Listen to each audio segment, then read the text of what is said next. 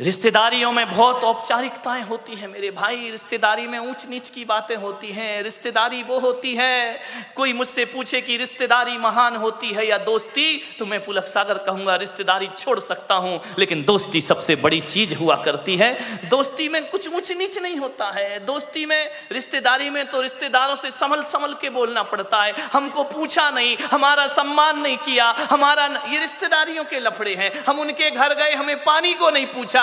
दोस्त ऐसा कभी नहीं कहता है मेरे भाई। दोस्त के मन में ये बातें कभी नहीं आती हैं। रिश्तेदार में बहुत सी रिश्तेदारी निभाना पड़ती है, दोस्ती निभाना नहीं पड़ती। दोस्ती तो जीना पड़ती है, आनंद के साथ दोस्ती जी जाती है मेरे भाई। रिश्तेदार शिकायत से भरे होते हैं। कभी कमर साहब आ जाएं, दामान जी आ जाएं, यदि आपके घर में खाएंगे पिएंगे, तिलक भी करवाएंगे, टिफिन भी ले जाएंगे, और घर जाके कहेंगे मजा नहीं आया, धत रे की मर गया वो करते करते ससुर साहब, तुमने क्या दिया, मजा नहीं आया। विचार करिए, ये रिश्तेदारियां होती हैं। और दोस्ती तो वो होती है, यदि दोस्ती का आनंद लेना है तो नारायण कृष्ण सुदामा के चिवड़े का आनंद लिया करते हैं, जो 56 भोगों में आनंद नहीं आया करता है। दोस्ती बड़ी आनंद प्रदायक होती है। आपसे एक निवेदन है, मैं जहां तक सोचता हूं कि अब्दुल कलाम को यदि गलत संगति मिल जाती तो मेरा पूरा विश्वास है कि अब्दुल कलाम लादेन बन गए होते, और लादेन को अच्छी संगति मिल जाती तो लादेन अब्दुल कलाम बन गया होता। ध्यान रखिए, राम को अच्छी संगति मिली, वो महान हो गए। यदि रावण को अच्छी संगति मिलती तो रावण भी राम बन के खड़ा होता, और राम को गलत संगति मिलती तो राम रावण बन गए होते। मेरे भाई, आपसे मैं यही निवेदन करना चाहता हूं। आज यदि मैं इस ओहदे पर आके पहुंचा हूं तो इसमें मेरे जीवन में सबसे ज्यादा हाथ किसी का है तो दोस्तों का हाथ मेरे जीवन में है। मान्यवर सोचिए, अच्छी संगति करो। मालूम है, गंगा जैसी नदी में यदि नाली का पानी मिल जाए तो कहते हैं कि नाली का पानी गंगा जैसा पूज्य हो जाया करता है। गंगा में नाली का पानी मिले तो वो गंगा जल हो जाया करता है, और गंगा जल को यदि नाली में डाल दिया जाए तो वो गंदा जल हो जाया करता है, वो अपवित्र हो जाया करता है। संगति करो तो गंगा जैसों की करो, जहां जाकर के हमारा ये गंदगी में शरीर पवित्र हो जाए। एक कोयले की बोरी में, कोयला जानते हैं, मैलाएं क्या, बड़ा कठिन है, कोड़सा है, यही कोड़सा, हाँ चलेगा, बहुत कठिन है भाई। यदि उसके बोरी गोनी उसमें यदि शक्कर भर दी जाए तो शक्कर काली हो जाती है। मेरे भाई ध्यान रखना, इस संगति का फल हुआ करता है। मैं आपसे निवेदन करता हूं, दोस्ती के रिश्ते को पवित्र रखना है, पावन बनाना है, तो जिससे भी दोस्ती का रिश्ता बनाओ, बनाने से पहले एक कब्रिस्तान अपने हृदय के कोने में जरूर बनाना। ध्यान रखना, बाहर के कब्रिस्तान की बात नहीं कर रहा हूं, अपने हृदय के कोने में, अपने मन के कोने में एक कब्रिस्तान जरूर बनाना। और ऐसा कब्रिस्तान जहां हम अपने मित्र की बुराइयों को दफना सके। ध्यान रखिए, उनको जमी दोज कर सके। हर मित्र में अच्छाई और बुराई दोनों हुआ करती है। मेरे भाई, आपसे निवेदन है, यदि दोस्ती को अच्छा रखना है तो मित्रों की बुराइयों को सीने में दबा के रखना पड़ता है। ऐसा कब्रिस्तान जहां हम मित्र के दोषों को छिपा सके, बहुत कठिन काम है। प्रशंसा करना बहुत आसान है मेरे भाई, कमियों को छिपाना बहुत कठिन काम हुआ करता है। अरे किसी व्यक्ति में कोई कमी है, उस कमी को यदि छिपाना है तो इतना ही कठिन है जैसे कोई जहर का घूंट पी रहा हो। मेरे भाई, हम दूसरों की कमियों को उजागर बहुत जल्दी करते हैं। दोस्त कैसा होना चाहिए? एक वो होती है ना ढाल, तलवार के साथ। ढाल जो होती है वो हमेशा पीठ के पीछे रहा करती है, पीठ पर लगी रहती है।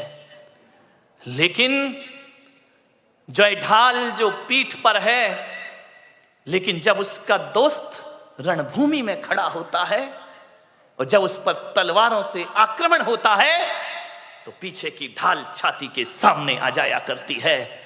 दोस्त वैसे ही होना चाहिए कि बुरा अच्छे दिनों में तो दोस्त पीछे रहे, लेकिन बुरे दिनों में ढाल बन करके दोस्त को आगे आना चाहिए, दोस्ती का रिश्ता निभाना चाहिए, ढाल बन करके खड़े हो। संगति का जीवन में बहुत फर्क पड़ा करता है। एक संत के पास 2 तोते थे। एक आदमी उनके यहां बैठने गया संत जी के दर्शन करने। दोनों तोते अलग अलग पिंजरे में बंद थे। अब जैसे ही पहुंचे तो एक तोता बोला, आइए, राम राम, स्वागत है आपका, स्वागतम, आइए बैठिए। आदमी को बड़ा अच्छा लगा कि यार तोता कितना मीठा बोल रहा है। जय जिनेन्द्र, राम राम, आइए भाई साहब बैठिए, अतिथि देवो भव, आपका स्वागत है, आपका सम्मान है। इतना सुकून मिला उसको। वो मुड़ा थोड़ा सा दूसरे तोते की तरफ। दूसरा तोते ने इतनी गालियां बकी, इतनी गालियां बकी, मारो, काटो, पीटो, पकड़ो, लूटो। अरे उसने कहा कि संत जी ये क्या मामला है? एक तोता गालियों पे गालियां बक रहा है और एक तोता आइए स्वागतम बड़ा मीठा शब्द बोल रहा है। संत ने कहा, मैंने इन तोतों से कुछ जिंदगी का पाठ पढ़ा है। बोले क्या पाठ पढ़ा है? बोले जब ये तोते पैदा हुए थे, एक तोता मैंने डाकू के घर भेज दिया था और एक तोता मैंने साधु के घर भेज दिया था। अरे जो साधु का तोता था वो कहता था राम राम तुम्हारा स्वागत है, और जो डाकू के घर पला है वो कहता है मारो, काटो, पकड़ो और लूटो। ये संगति का फल है। तोता तो एक ही है ना, किस घर में पड़ा है? एक बात याद रखना, भीलनी के घर में पड़ा हुआ चंदन तिलक लगाने के काम नहीं आता, चूल्हे में जला करके रोटियां बनाया करती है। ध्यान रखना, भीलनी के घर में रखा हुआ हीरे का टुकड़ा आभूषण नहीं बनता है, वो पैर घिसने के काम आया करता। कहां पड़े हो आप? चंदन पड़ा चमार घर, ध्यान रखिए, नित नित कूटे चाम। चंदन कहां जाना चाहिए? किसी पंडित पुजारी के पास जाए तो माथे का तिलक बनेगा, और ऐसी जगह चला जाए जहां रोज चमड़ा कूटा जाएगा। ध्यान रखिए, सोचना है आपको, आप कीमती हैं, आप महत्वपूर्ण हैं। दोस्ती को ध्यान में रखिए, किसके साथ आपका उठना बैठना है। एक बात याद रखना, मैं खाने में बैठकर दूध पीना खराब है। ध्यान रखिए, मैं खाने में बैठकर दूध भी पियोगे तो शराबी का दर्जा मिलेगा तुम्हें, इतना स्मरण रखना। और संत के दरबार में पानी भी पियोगे तो पानी नहीं, अमृत और आशीर्वाद का नाम उसे दिया जाता है, अमृत पान हुआ करता है। चीज तो वही है, चीज में क्या फर्क पड़ता है? संगति किसकी कर रहे हो? अच्छे लोगों की संगति करो, ऊंचे लोगों की संगति करो। ऊंचे लोग, ऊंची पसंद। कौन बोला? माणिक चंद। ध्यान रखिए, मान संगति कैसे करना है, ऊंचे विचार। मैं जब स्कूल में पढ़ता था, पढ़ाई में बहुत वीक था, बहुत कमजोर। हकीकत बताऊं, धक्के लग लग के पास होता था, पढ़ाई में मन ही नहीं लगता था। दुनिया भर की शैतानी में मन लगता था, पढ़ने लिखने में कोई दिमाग नहीं, बस इसी में खुश थे। कभी देखने ही नहीं कितने परसेंट, और हमारे समय तो परसेंटेज का लफड़ा ही नहीं था। इस क्लास से उस क्लास में चले गए, पास हो गए, ना माँ बाप को कुछ पड़ी है ना हमें कुछ पड़ी है। जाकर के देखा, बोले क्या रिजल्ट पास, नाचते गाते आ गए, जानते ही नहीं थे 90% क्या होते हैं। आजकल के बच्चे को तो 98% आ जाए तो डिप्रेशन में चला जाता है, 2% कम क्यों हुए। हम लोग तो कोई लफड़ा ही नहीं था, आ गए, पास हो गए, निकल गए, बैठ गए अगली क्लास में, कोई परसेंटेज की बात नहीं थी। कई बार तो 5 नंबर का ग्रेस भी लग के अगली क्लास में बिठा दिया जाता था। मान्यवर सोचिए, बड़ी पढ़ाई बड़ी मजेदार थी। फेल भी हो गए तो कोई टेंशन नहीं। एक लड़का फेल हो गया था हमारी क्लास में बचपन में। अब वो फेल तो हो गया बेचारा, बड़ा रो रहा। मैंने कहा काहे को रोता है यार, हो गया, फेल हो गया। स्कूल अगर आए तो पढ़ना ही पड़ेगा, पढ़ाई गर जहर है तो पीना ही पड़ेगा। उस समय मैंने कविता लिखी थी, गिर गिर के पढ़ाई में संभलते ही रहेंगे। ये मेरी बचपन की कविता है। गिर गिर के पढ़ाई में संभलते ही रहेंगे, गर फेल भी हो जाए तो पढ़ते ही रहेंगे। जिसने किया फेल वही पास करेगा, पढ़ाई अगर जहर तो पीना ही पड़ेगा। हाँ, कितने खुश हो गए। देखो ऐसी बातें इतनी जल्दी आ जाती हैं। अरे जो फेल कर रहा वही पास करेगा, टेंशन काहे को ले रहा है, अभी नहीं करेगा अगले साल करेगा। आज की पढ़ाई बिल्कुल अलग हो गई है। ध्यान रखना, मैं पढ़ता था, पीछे की लाइन में बैठता था, मेरे नंबर कम आते थे। मेरे एक शिक्षक थे, आज मुझे स्मरण में आ रहे हैं, डी भारत, क्रिश्चियन थे।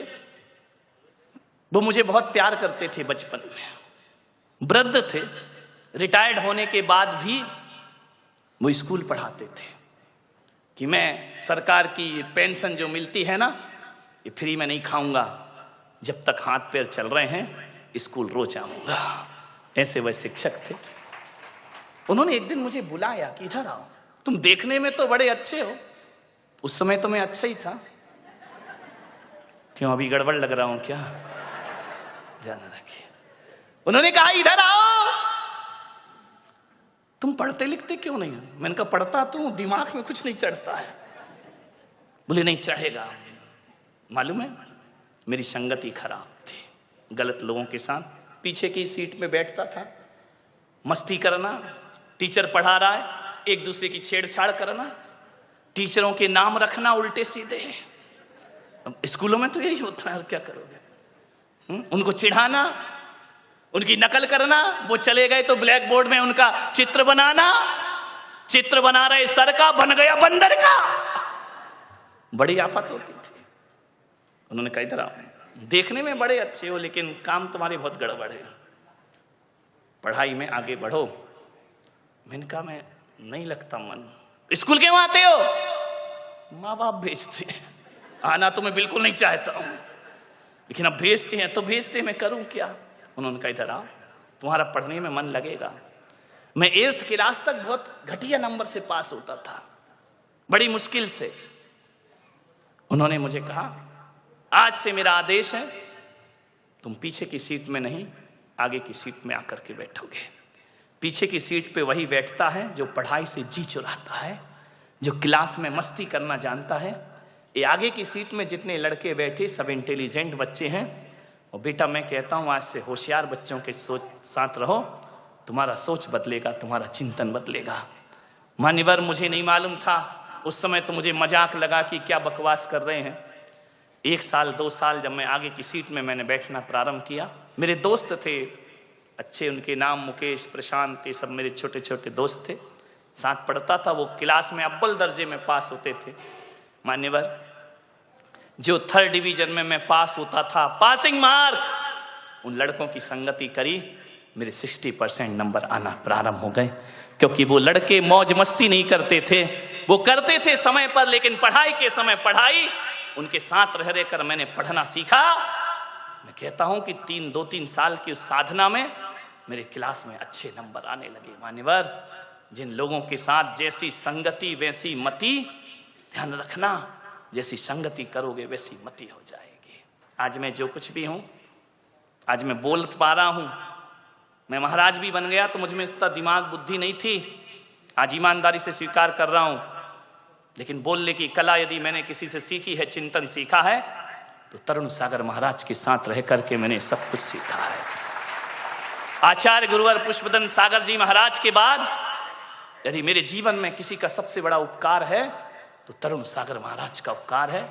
3 साल उन्होंने मुझे पढ़ाया लिखाया, योग्य बनाया, उन्होंने मुझे चिंतन सौंपा। मान्यवर कोई कैसा भी कुछ भी कहता रहे, जो जैन समाज में तरुण सागर ने चिंतन परोसा है, कोई मुनि इतना बड़ा चिंतन इस देश में नहीं परोस सका, जिन्होंने देश के जैन धर्म को जन धर्म बनाने का। आज मैं दुखी हूं, क्योंकि उनसे मेरा केवल इतना ही रिश्ता नहीं है कि वो मेरे अग्रज हैं, मेरे बड़े मुनि हैं, मैं उनके संग में दीक्षित हूं आचार्य महाराज से। आज ऐसी आवाज जिसने जैन धर्म को पहचान दी, आज दिल्ली में वो आवाज लड़खड़ा रही है मेरे भाई। आज वो बीमार हैं, आज वो अस्वस्थ हैं। हकीकत में कहूं तो मेरा मन स्थिर नहीं है कि जिसने मुझे सब कुछ दिया, आज इतनी सी उम्र में वो साधु लाचार है। मैं यही कहूंगा पूना वालों से कि अपने घरों में ईश्वर से प्रार्थना करें कि तरुण सागर की आवाज दबना नहीं चाहिए, वह हमेशा आगे बढ़ती रहे। और मैं तो आज ये कहता हूं कि भगवान, हम जैसे साधुओं का क्या है, मेरी भी उम्र यदि उन्हें दे दी जाए तो पुलक सागर वो करने को भी तैयार है। उनका जीवन वो समाज की धरोहर है, विरासत है। उन्होंने देश को एक सही दिशा दी है। उन्होंने मेरे से कभी छोटे मुनि जैसा व्यवहार नहीं रखा। उनके साथ बहुत से साधु रहे। हमारे संघ में जो भी दीक्षित हुए, ट्रेंड होने उनके ही पास जाते हैं। सबसे ज्येष्ठ साधु हैं, जो भी गए सबने सीखा। लेकिन तरुण सागर महाराज आज भी बोलते हैं कि पुलक सागर, जो तुमने ग्रहण किया वो कोई भी साधु मुझसे ग्रहण नहीं कर पाया है। उन्होंने हमेशा मुझे अपना छोटा भाई ही नहीं, छोटा मुनि ही नहीं, उन्होंने हमेशा मुझे अपना मित्र समझा है। आज भी हमारे उनके रिश्ते, आज दूर दूर होने के बाद भी सबसे घनिष्ठ मित्रता यदि किसी से है तो तरुण और पुलक सागर की जोड़ी। नॉर्थ में जाकर के आप देखेंगे, यदि मैं उत्तर प्रदेश में चला जाऊं ना, दिल्ली में चला जाऊं, तो आज भी दिल्ली वाले मुझे छोटा महाराज कहकर बुलाते हैं। बड़े महाराज तरुण सागर, छोटे महाराज पुलक सागर। आज भी मैं उनकी नजरों में बड़ा नहीं बना। ऐसी जोड़ी 3 साल हम लोग साथ रहे, एक भी दिन विवाद नहीं, झगड़ा नहीं, लड़ाई नहीं, कभी जोर से नहीं बोले। नहीं तो तरुण सागर को समझना बहुत बड़ी बात है। लेकिन आज तक मैं इस भरी सभा में कह रहा हूं कि कभी हम दोनों के बीच में तू मैं नहीं हुई। कभी उन्होंने मुझे जोर से नहीं बोला, डांटा नहीं, और उन्होंने डांटा नहीं और मैंने भी कभी डांटने का अवसर उनको प्रदान नहीं किया। आज वो पीड़ित हैं। विनोद गया है संदेश लेकर, बहुत अस्वस्थ है वो। मैं आपसे निवेदन करता हूं, मत दो कुछ, एक संत को हृदय से दुआ दे दो। कभी कभी दवा जो काम नहीं करती वो दुआ काम करती है, ध्यान रखना। वो निरोग हो, वो स्वस्थ हो। मान्यवर, विषय मेरा बदल गया, लेकिन भीतर से दुख है मुझे।